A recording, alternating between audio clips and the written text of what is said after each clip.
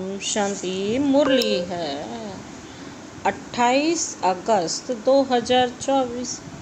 बाप दादा के मधुर महावाक्य। मीठे बच्चे, तुम जितना बाप को याद करेंगे उतना आत्मा में लाइट आएगी। ज्ञानवान आत्मा चमकीली बन जाती है। तुम जितना बाप को याद करेंगे उतना आत्मा में लाइट आएगी। ज्ञानवान आत्मा चमकीली बन जाती। आज का प्रश्न है, माया किन बच्चों को जरा भी तंग नहीं कर सकती? माया किन बच्चों को जरा भी तंग नहीं कर सकती? बाबा ने उत्तर दिया, जो पक्के योगी हैं, जिन्होंने योग बल से अपनी सर्व कर्मेंद्रियों को शीतल बनाया है, जो योग में ही रहने की मेहनत करते हैं, उन्हें माया जरा भी तंग नहीं कर सकती। जब तुम पक्के योगी बन जाएंगे तब लायक बनेंगे। लायक बनने के लिए प्योरिटी फर्स्ट है। बाबा क्या कहते, जो पक्के योगी है ना, उन्हें योग बल से अपनी सारी कर्मेंद्रियों को शीतल बनाना। जितना भी योग में रहने की बाबा कहते हैं मेहनत करते हैं जो लोग, उन्हें माया जरा भी तंग नहीं कर सकते। क्योंकि जब तक तुम पक्के योगी बन जाएंगे तभी तो लायक बनेंगे ना। और लायक बनने के लिए क्या चाहिए? प्योरिटी। ओम शांति। मीठे मीठे बच्चों को बाप बैठ समझाते हैं। मीठे मीठे बच्चों को बाप बैठ समझाते हैं। अज्ञान के कारण तुम्हारी आत्मा डल हो गई है। हीरे में चमक होती है ना, पत्थर में चमक नहीं होती। इसलिए कहा जाता है पत्थर मिसल डल हो गई। फिर जागती है तो कहा जाता है यह जैसे पारस मणि है। अब अज्ञान के कारण आत्मा की ज्योति डिम हो गई, काली नहीं होती है। नाम यह रखा हुआ है। आत्मा सबकी एक जैसी होती है। शरीरों की बनावट अनेक प्रकार की होती है, आत्मा तो एक ही है। अब तुम समझते हो हम आत्मा हैं, बाप के बच्चे हैं। यह सारा ज्ञान था, वह फिर धीरे धीरे निकल गया है।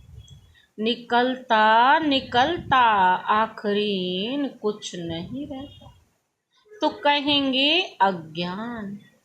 तुम भी अज्ञानी थे, अब ज्ञान के सागर से ज्ञानी बनते जाते हो।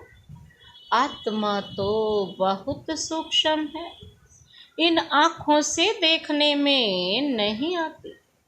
बाप आकर समझाते हैं, बच्चों को नॉलेज फुल बनाते हैं, तब सुजाग होते हो। घर घर में सोझरा हो जाता है। अभी घर घर में अंधियारा है, अर्थात आत्मा डिम हो गई है। अब बाप कहते हैं मुझे याद करो तो लाइट आ जाएगी, फिर तुम ज्ञानवान बन जाएंगे।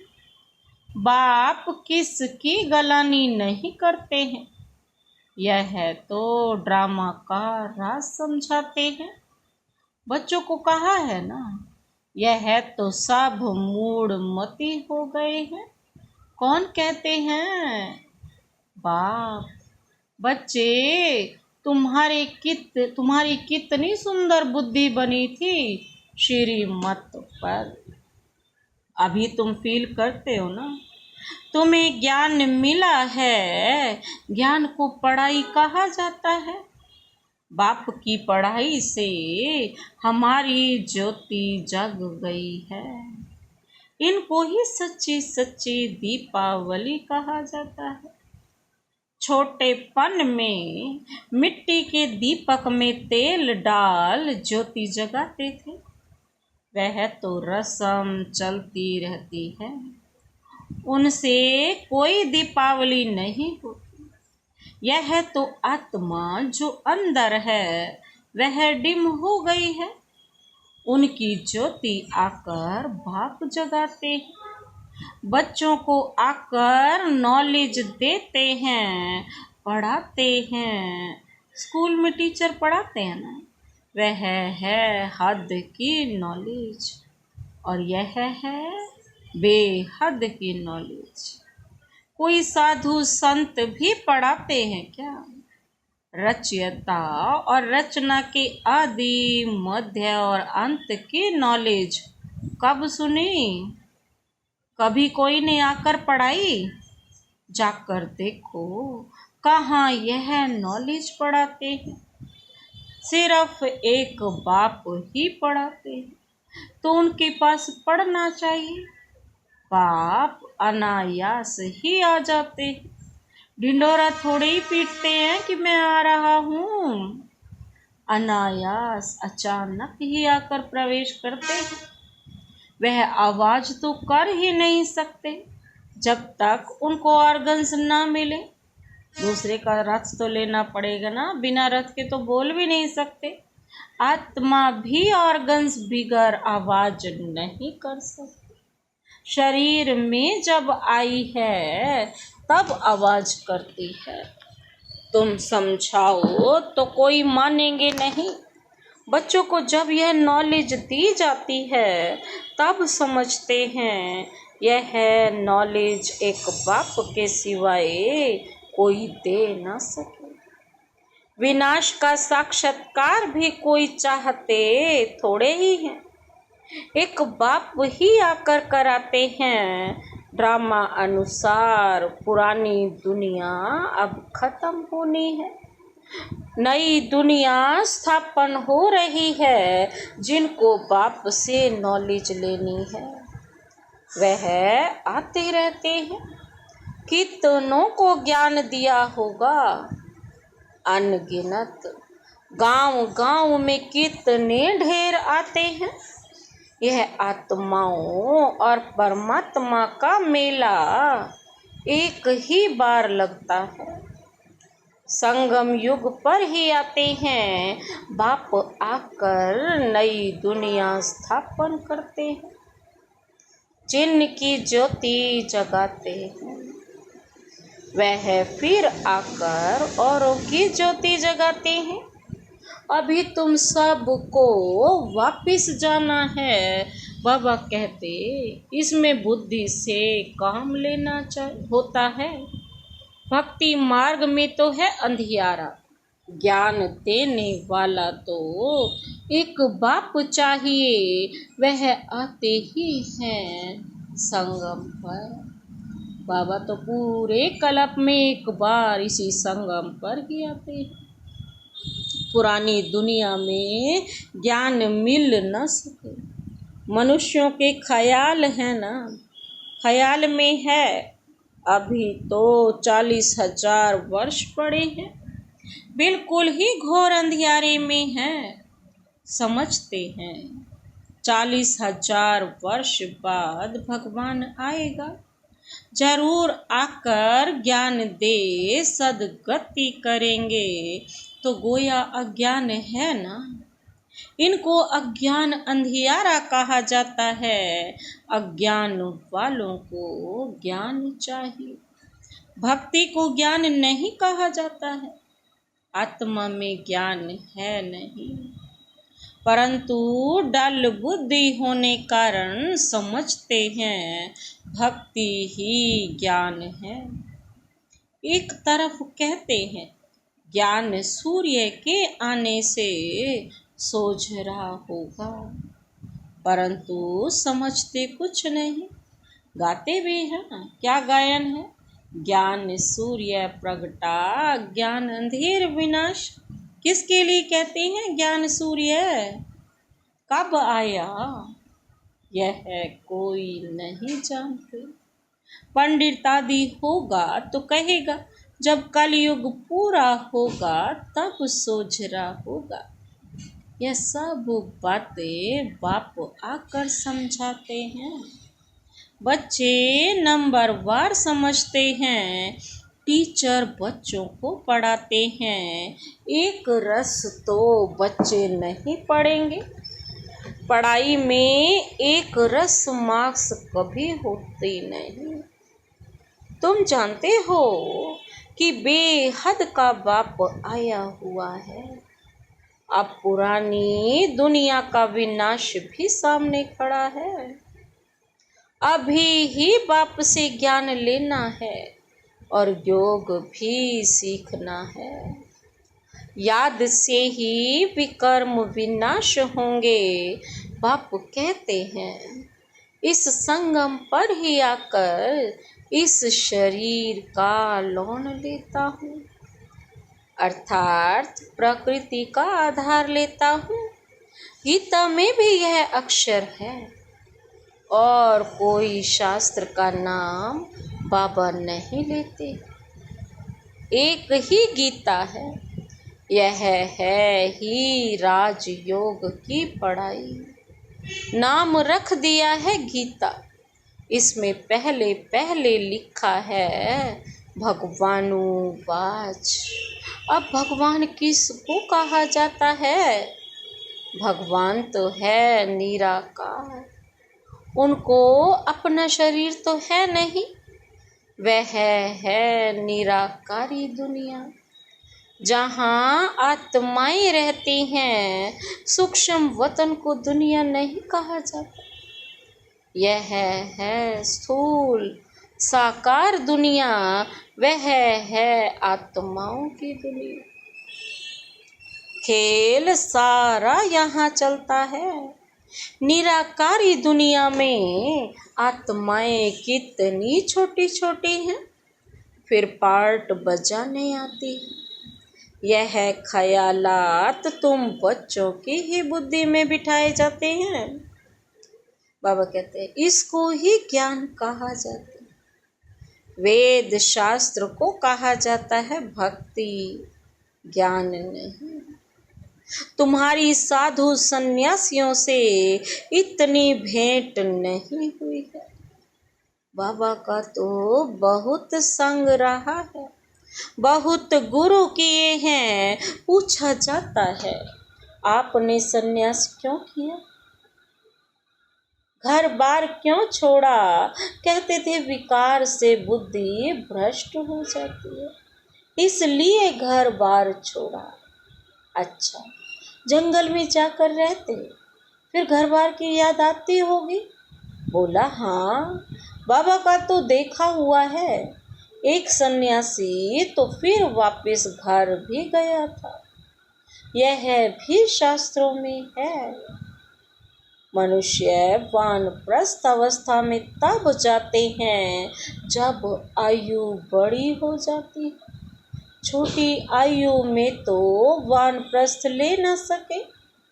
कुंभ के मेले में बाबा कहते बहुत छोटे छोटे नांगे लोग आते हैं, दवाई खिलाते हैं जिससे कर्मेंद्रियां ठंडी पड़ जाती हैं।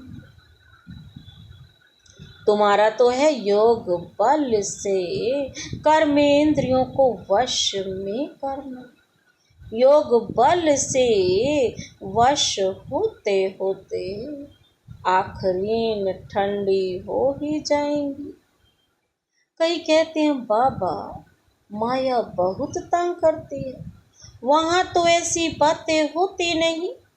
कर्मेंद्रियां वश तब होंगी जब योग में तुम पक्के होंगे, कर्मेंद्रियां शांत हो जाएंगी। बाबा कहते इसमें बड़ी मेहनत है।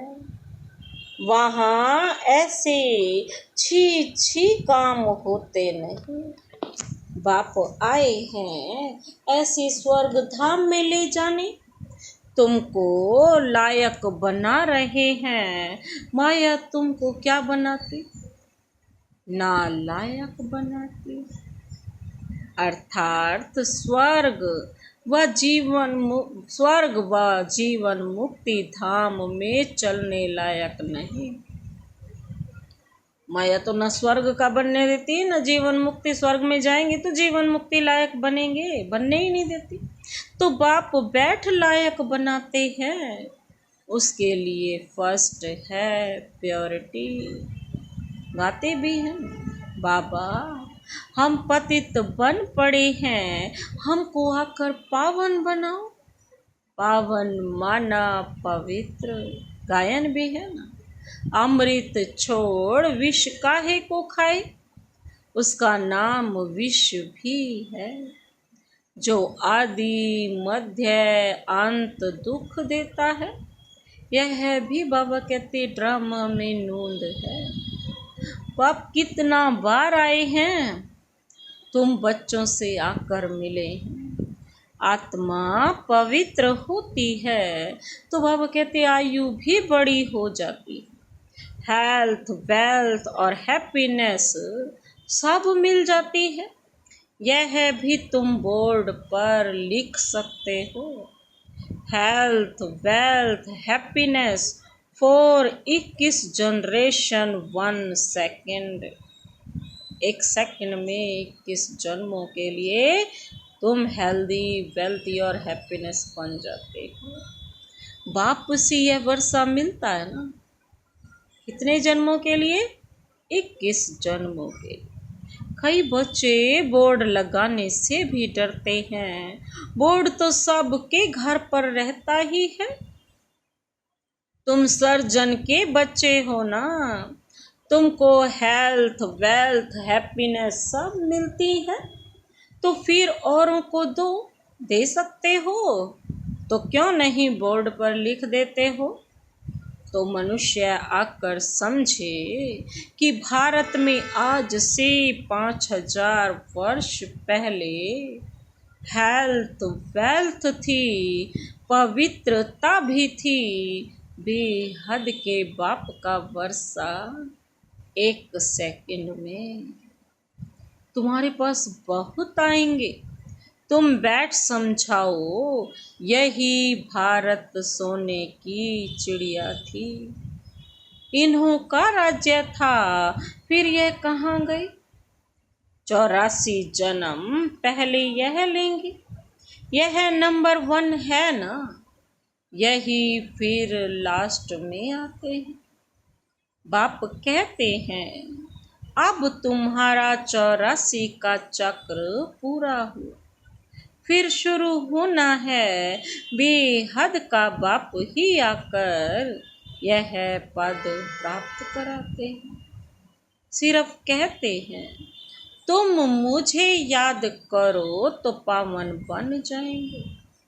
84 जन्मों को जानकर बाप से वर्षा लेना है, परंतु पढ़ाई तो चाहिए ना। बिना पढ़ाई के तो वर्षा ले नहीं सकते। तुमको कहा जाता है ना, क्या कहते हैं? और स्वदर्शन चक्रधारी, नया तो कोई समझ ना सके बाबा के। तुम जानते हो स्व आत्मा को कहा जाता है। हम आत्मा जो पवित्र थी, शुरू से लेकर 84 का चक्र लगाया, वह भी बाप लगाते हैं। तुमने पहले पहले शिव की भक्ति शुरू की, तुम तो अव्यभिचारी भक्त थे, बाप के सिवाय कोई समझा न सके। बाप कहते हैं मीठे मीठे बच्चों, तुमने पहले पहले यह जन्म लिया। कोई साहूकार होगा तो कहेंगे ना कि आगे जन्म में इसने ऐसा कर्म किया। कोई रोगी होगा तो कहेंगे पिछले कर्म का हिसाब किताब है। अच्छा, इन लक्ष्मी नारायण ने कौन से कर्म किए? यह बाप बैठ समझाते। इनके 84 जन्म पूरे हुए, फिर फर्स्ट नंबर में आना है। भगवान संगम युग पर ही आकर राजयोग सिखलाते हैं। अभी बाबा क्या कहते, तुम समझ रहे हो कि बाबा हमें राजयोग सिखला रहे हैं, फिर भी तुम भूल जाएंगे। क्या भूल जाएंगे? कर्म, अकर्म और विकर्म की गुह्य गति भी बाप ने समझाई। रावण राज्य में तुम्हारे कर्म विकर्म हो जाते हैं, वहाँ कर्म अकर्म होते हैं। वहाँ रावण राज्य ही नहीं, विकार होता नहीं, वहाँ है ही योग बल। जबकि योग बल से हम विश्व के मालिक बनते हैं, तो जरूर पवित्र दुनिया भी चाहिए। पुरानी दुनिया को अपवित्र, नई दुनिया को पवित्र दुनिया कहा जाता है। वह है वाइसलेस वर्ल्ड और यह है विशेष वर्ल्ड। बाप ही आकर वैशाल्य को शिवालय बनाते हैं। सतयुग है शिवालय, शिव बाबा आकर तुमको सतयुग के लिए लायक बना रहे हैं। लक्ष्मी नारायण के मंदिर में जाकर बाबा कहते तुम पूछ सकते हो, आपको मालूम है इन्होंने यह पद कैसे पाया, विश्व के मालिक कैसे बने। बाप कहते हैं तुम नहीं जानते हो, हम जानते हैं। बाप कहते तुम बाप के बच्चे ही कह सकते हो कि हम आपको बता सकते हैं कि विश्व के मालिक कैसे बनते हैं, कैसे बने ये। तो बाबा क्या कहते, इन्होंने यह पद कैसे पाया, इन्होंने ही पूरे 84 जन्म लिए। इन्होंने मतलब ब्रह्मा बाबा ने पूरे 84 जन्म लिए, फिर पुरुषोत्तम संगम युग पर आकर बाप ने राजयोग सिखलाया और राजाई दी है। उसके पहले नंबर 1 पतित थे, फिर नंबर 1 पावन बने। सारी राजधानी है ना, तुम्हारे चित्रों में सब क्लियर है। इन्हों को राजयोग किसने सिखलाया? ऊंचते ऊंच है ही परमात्मा। देवताएं तो सिखला ना सके, भगवान ही सिखलाते हैं, जिसको नॉलेजफुल कहा जाता है। बाप टीचर, सतगुरु भी कहा जाता है। बाबा कहते यह सब बातें वही समझ सकते हैं जिसने शुरू से शिव की भक्ति की होगी। मंदिर बनाने वालों से तुम पूछो, आपने यह मंदिर बनाया है? इन्होंने यह पद कैसे पाया? इन्हों का राज्य कब था? फिर यह कहाँ गई? अब यह कहाँ है? तुम 84 की कहानी बताओ तो बहुत खुश हो जाएंगे। चित्र पॉकेट में पड़ा हो, तुम किसको भी समझा सकते हो। शुरू से जिसने शिव की भक्ति की होगी वह सुनते रहेंगे, खुश होते रहेंगे।